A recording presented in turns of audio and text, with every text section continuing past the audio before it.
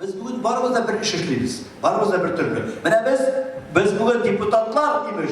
Siz delegatlar.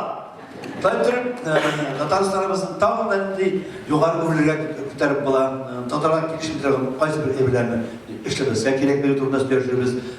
Ben kurumuz, bahaslaşırız, gaplaşırız, gümmen vadı ötürüp kişi otururuz. Ülkelerge tüzüm bula, soğutmazsa kuşaklar, soğutmazsa kuşaklar. Birlikte yaraştırra, elde yarı tüşek var, elde yarı tüşek var. Bizning abunachimiz bor.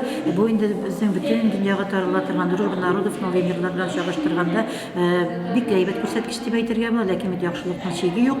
Ham endi mana hozir bit tovar aylana boshladi matbuotlar. Mana endi chiqarib qolarga, uyanib o'qnashtirga, sotirga, ham endi bizning shu o'quvchilarimizni da biz o'zimiz tabriga tegishmiz. Bu o'ngayda mana shunday choralar uyushtiruv menga qolsa 100 topqir сөйләгәнчә bir topqir ko'ruv xayrliroq diler bit. O'quvchilarning tiri mana shu jurnalni chiqaruvchilar bilan uchrashuvi, ular bilan tiri сөйләшү alып barulары, ham to'g'ridan to'g'ri jurnalda narsa chiqqanlarini ularga anglatib, mana shu uchrashuvlarda taqdim etuvlar bilan, ya'ni bugungi o'zi bizning shu uchrashuvdan dag'in shu sabah rayonida bo'lgan bik kerakli bir amal deb sanayman. Qozonliklar endi 95 yaşını tuturup kile, onu öz vaqtında türlü choralarga bargashdan sinov beresin. Ko'p kishi keladi, ko'radi Qozonliklar jurnal.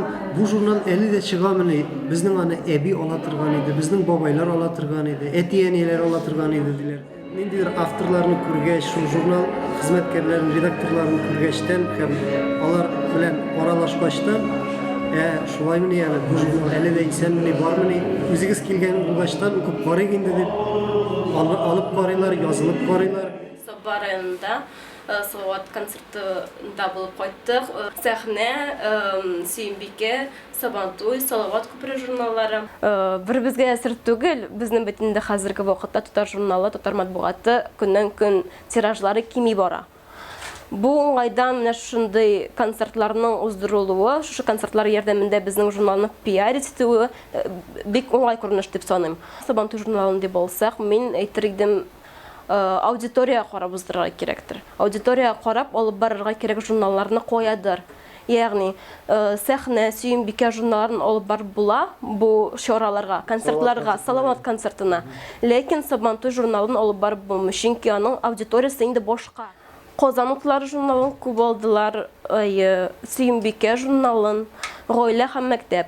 Buni uchun deb so'rasangiz, chunki bu konsertga endi ulu yoshdagi opalaring, abilaring ko'p yurish, shulay har bir bizga da bek aktual problemalar chog'ildirgan jurnallarni ular olalar. Ammo bizning Sabantuy jurnalına kelsak, bu shoraga bitinde bolalar yurmay.